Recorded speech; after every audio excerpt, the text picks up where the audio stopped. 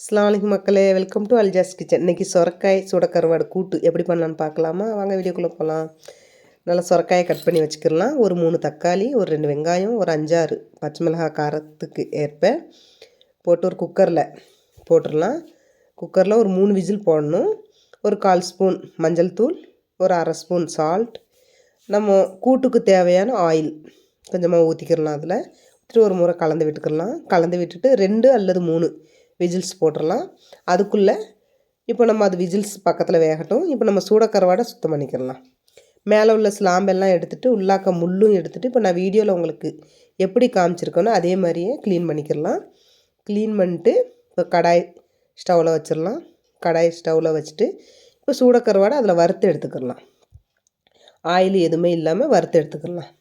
Low ஃப்ளேமில் வச்சு நல்லா வறுத்து எடுத்துக்கிடுவோம். வறுத்து எடுத்ததுக்கப்புறமா அதுக்குள்ளே 3 விஜில்ஸ் வந்துருச்சு. அதே ஒரு கடாயில் மாற்றிக்கிடலாம். மாற்றிட்டு அந்த சுரக்காய் கூட்டில் உள்ள தண்ணி கொஞ்சம் வத்துற அளவுக்கு ஸ்டவ்வில் கொதிக்க விடலாம். கொதிக்க விட்டதுக்கப்புறமா இப்போ நம்ம வறுத்து எடுத்து வச்சுருக்கோம்ல சூடக்கருவாடு, அதையும் ஒன்றா சேர்த்து அதில் போட்டு ஒரு முறை நல்லா கலந்து விட்டுக்கிடலாம். கலந்து விட்டுட்டு கொஞ்சம் நேரம் தண்ணி வத்துற அளவுக்கு நம்ம வேக விடலாம். அதை எப்படின்னா நம்மளுக்கு சுரக்காயில் தண்ணி எப்படி நம்ம தண்ணி ஊற்றட்டாலும் தண்ணி விட்டுரும். அந்த தண்ணி வத்துற அளவுக்கு நம்மளை அதை வேக விடலாம்.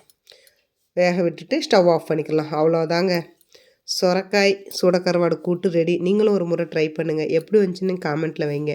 என்னுடைய வீடியோஸ் உங்களுக்கு பிடிச்சிருந்தா லைக் பண்ணுங்கள், ஷேர் பண்ணுங்கள், சப்ஸ்கிரைப் பண்ணுங்கள். பெல் ஐக்கானை மறக்காமல் தட்டி விட்டுருங்க.